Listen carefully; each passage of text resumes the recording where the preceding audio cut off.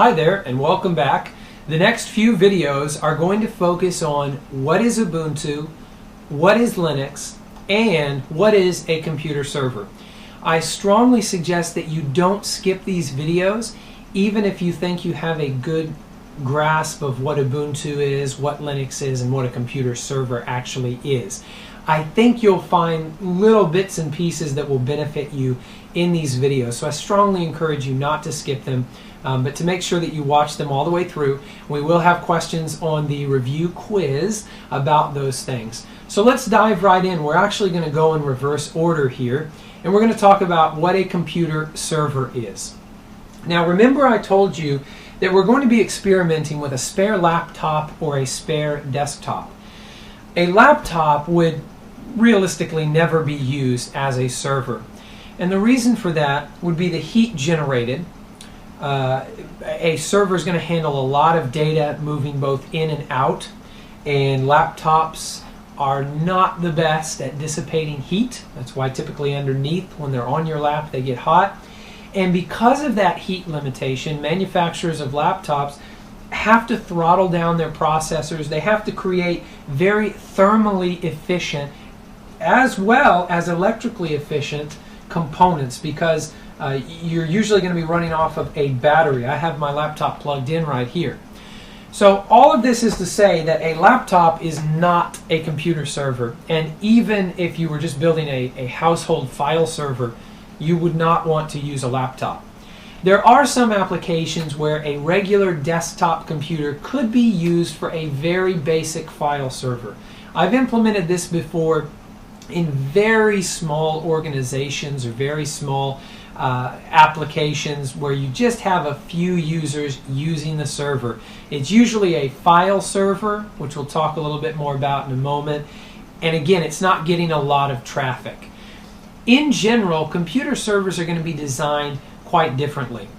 Server processors are designed to handle more of this large amount of data, both moving in and out and moving quite rapidly. The desktop processors of today are going to be designed to handle all sorts of things like the graphical user interface. As a matter of fact, manufacturers of processors are now moving to where they're putting an actual graphic chip onto the CPU.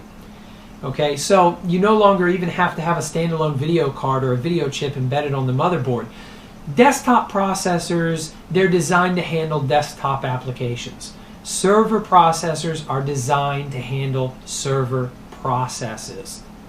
Computer servers are typically not going to have any kind of graphical user interface. You're going to be typing things in. Those of you that remember DOS or an Apple II, that's what you're going to be dealing with in most applications. Okay, now what types of computer servers are there? Very basic, we're just going to go over a basic overview here. There are file servers. File servers are servers that are going to act like central data banks. So if you'll imagine a file server in an office complex, multiple users can be reading and writing to that file system all at the same time. It's basically acting like a remote storage for data, for your files, for your company information. So a file server is going to allow people to, depending upon their permissions, place files onto the file server, to read files, to write files, and to even execute applications off of the server. So that's a basic file server. A basic web server you're probably already familiar with. You know, when you go to the web and you type in google.com, your computer through the internet sends out a request to a remote web server, to Google's web server. That web server then serves you the Google homepage. So if you type in google.com, a request goes into Google's server, and then a process goes, or data comes out of the web server and serves your computer with Google's homepage. So a computer server, you can see specifically in the design of a web server, is going to be serving you in some way or providing you with something. A file server serves you files. Here's the file you requested. A web server serves you web data. The same would be true on Google when you perform a search. You would send your search terms to a remote server, and then that remote server sends you back search results. So you're communicating with this remote computer. That's what a computer server is. Now, there are also mail servers. Mail servers are going to be used for email. When you send an email from your computer to a friend, your message is not going directly from your computer to their computer. Your message is going from your computer to your mail server, and then it's being transferred over to their mail server, and then they're pulling your email off of their mail server. So it's jumping servers as it goes. It's not a direct connection, okay? And most people are familiar with that concept. So file servers, web servers, mail servers, those are going to be some of the basic types of computer servers and some of the basic uses for computer servers that we'll be talking about. I think that's probably enough for this video. Hopefully, if you didn't already have an understanding of what a computer server is, you have a better understanding now. I would say that if you understand file servers and web servers, you are well on your way to understanding basic server administration. There certainly will be times when you'll need to administer a mail server, but in general you will find we're going to be focusing a lot more on file server and web servers, leaning even more heavily on file servers because so many companies, so many organizations utilize file servers, and they're so simple, they're so easy to work with, but they're really very, very powerful. So that wraps up this video on what a computer server is. Understand, a computer server is a computer that's specifically designed to handle data coming in and data going out in a different way than laptops or personal desktop computers. Again, you can use a desktop computer as a very low-grade, low-power server, but typically, if you're building a server from the ground up, you're going to want to choose a server processor rather than a desktop processor. And again, a lot of reasons and different things go into that.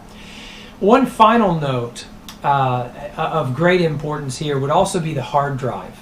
So the hard drive that's going to be into a computer, going to be placed into a computer server, is going to be specifically designed to handle a lot of movement, especially for a file server, but really for any of the servers.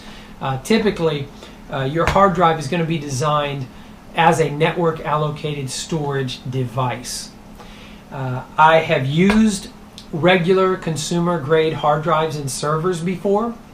They only last a few years typically. And that might sound like a long time to you, but we're talking about something like the Western Digital Red series of hard drives, which is a network allocated storage specific drive.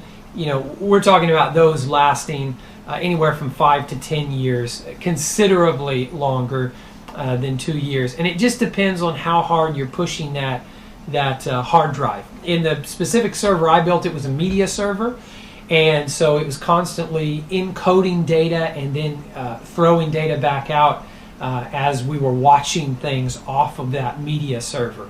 So in doing that, the hard drive was constantly moving and constantly spinning. We won't get in right now to solid state drives, which are an alternative to the traditional hard drive. Solid state drives don't have any moving components. We won't talk about that because at this time it's not really feasible for a large amount of storage, although prices are coming down on those units. If you need to watch this video again, please do. This is just designed to be a very basic overview of what a computer server is and what you can do with it. Let's move on to the next video now and talk a little bit more about Linux specifically.